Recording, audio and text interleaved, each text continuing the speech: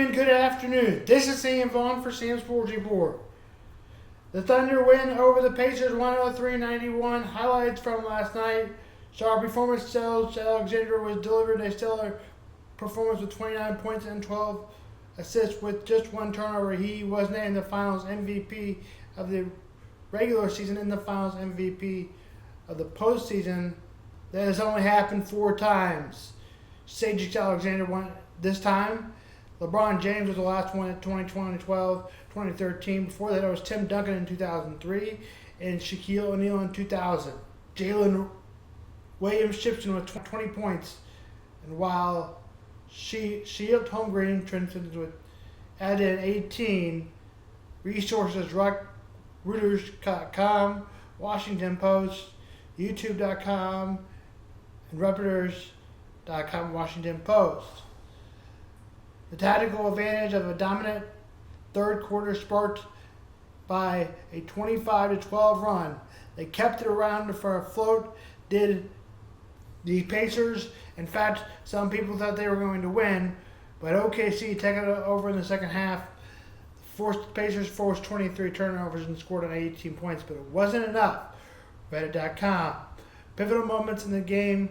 Indiana star Tracy Hilberton suffered a suspect Achilles injury early in the first half, disrupting the Pacers' momentum.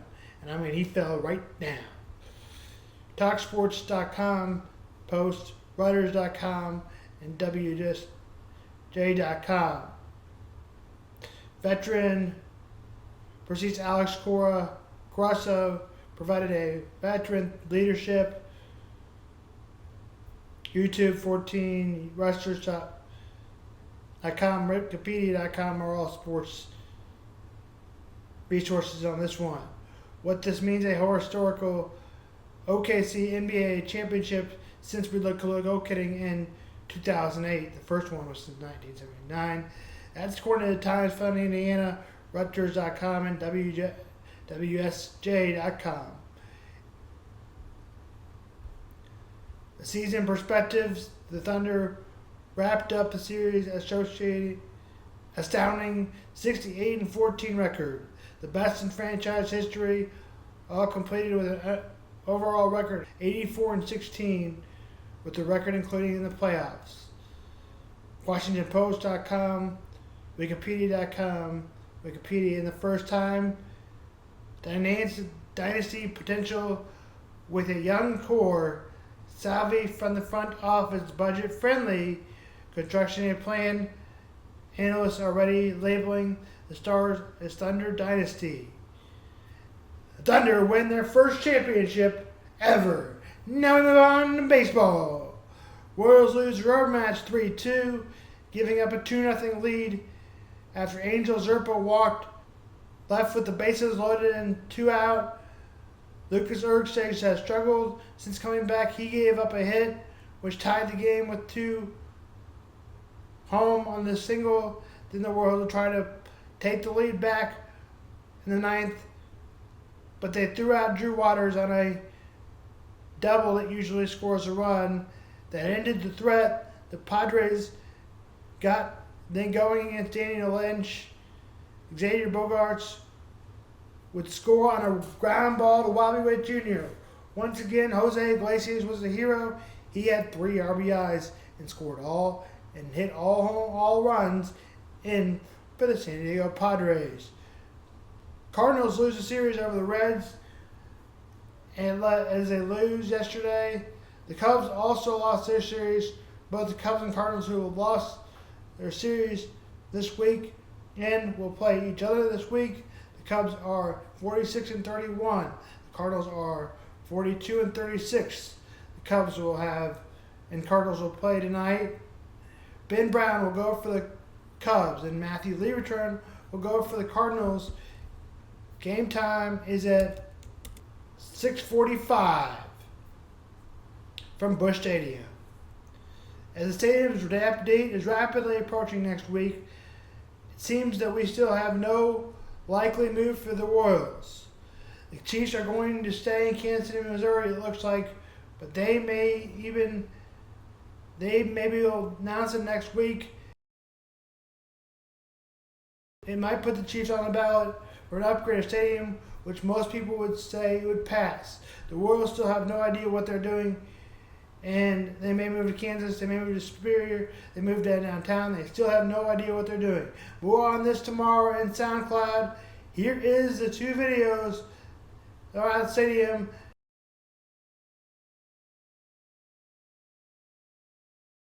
That's Sam on Sports.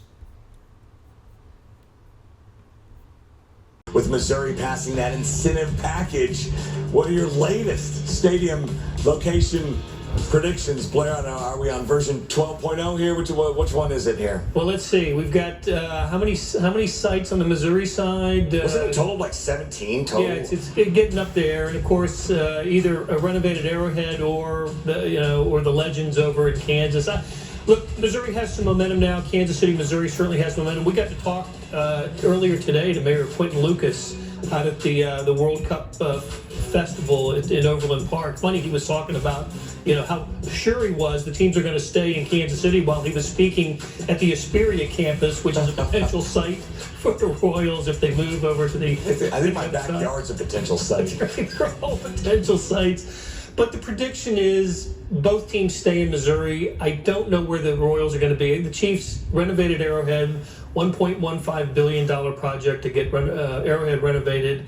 And look, I think may just come back to where it started with John Sherman's idea of putting a baseball park downtown. Where in downtown, I'm not sure yet. Yeah. Lebo, you understand all these layers of government and all that. And you, like Swanee, have been here pretty much your entire lives, born and raised here. Where are you thinking, where are you wanting these things to go? Well, it's not what I want. Nothing's what I want. But I think now, today, you're asking me on this Sunday, I think that I agree with Blair. The Chiefs, I think they love Arrowhead, and they don't want to go bold and build a dome stadium out by the Speedway. I think they want to get the Royals out of there so they have more room to do stuff they want, whether it's even if it's just parking, whatever they want to do. And I think the Royals are going to be right where Blair was today. I think I'm feeling the Hesperia campus is the place to go. Because I don't know, I like John Sherman a lot. I think one of his main goals was to have the Royals be a downtown baseball stadium. But he's just been,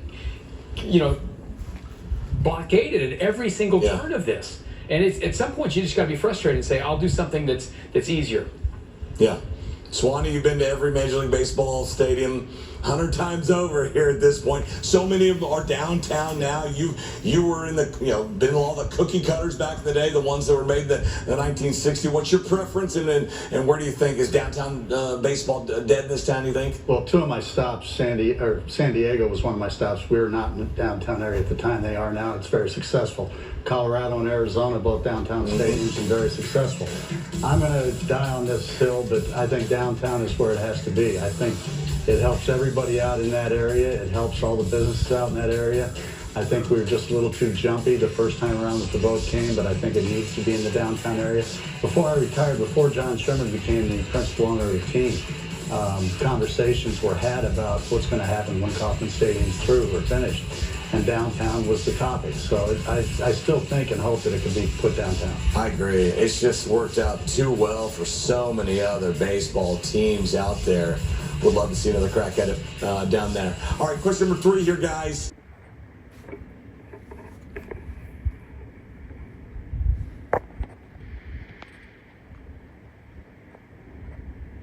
Timerson, what's your favorite Game 7 of all time? Blair, it's a good one for you. We'll ask the whole gang here. It's a good one for you. Any sport, doesn't have to be finals either. It could be, conference championship or finals, whatever.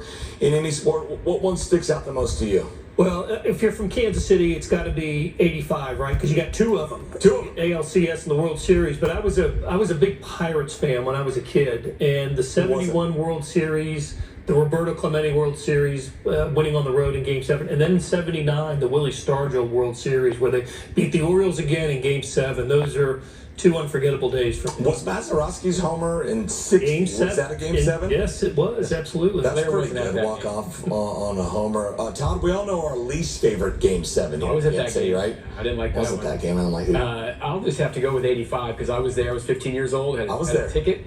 My brother and I went to the game, and I have dirt off the pitcher's mound because we ran on the field after the game, and I still have that. So It was 11-0. The game stunk, but it was awesome. I went to all 4 games in 1985 as a Cardinals fan. My aunt and uncle, a huge Cardinals fan, decked the nines. You're welcome. That's how things went. You for left me, Game Kansas 7 City, early right? That's that why. night, right? Love Game 6. No, you didn't. No, I didn't. No. But yeah, no, cried my eyes out. And, Game 7 there. All right, who's left? Swanee, what's yours? Mine would have to be, and growing up here in Kansas City and watching the Royals, working for the Royals at the time they lost 3 straight playoffs to the Yankees, mine would have to be in 2001 when I was with the Arizona Diamondbacks and we defeated the Yankees in a Game 7. Luis Gonzalez got a base hit over a drawn-in Derek Jeter and walked him off. And I got to tell you that and the parade and everything that happened there, the only thing missing was me not being in Kansas City, but fortunately we got a Game 5 in New York in 2015, and I got to celebrate at home too. Next time you're on, Swanee, what's your favorite Game 5 of all time? That's easy. Exactly. All right. Well, listen, I've come on this show many times, and for the past year, every time I come on, we have a question about where's the stadium going to be.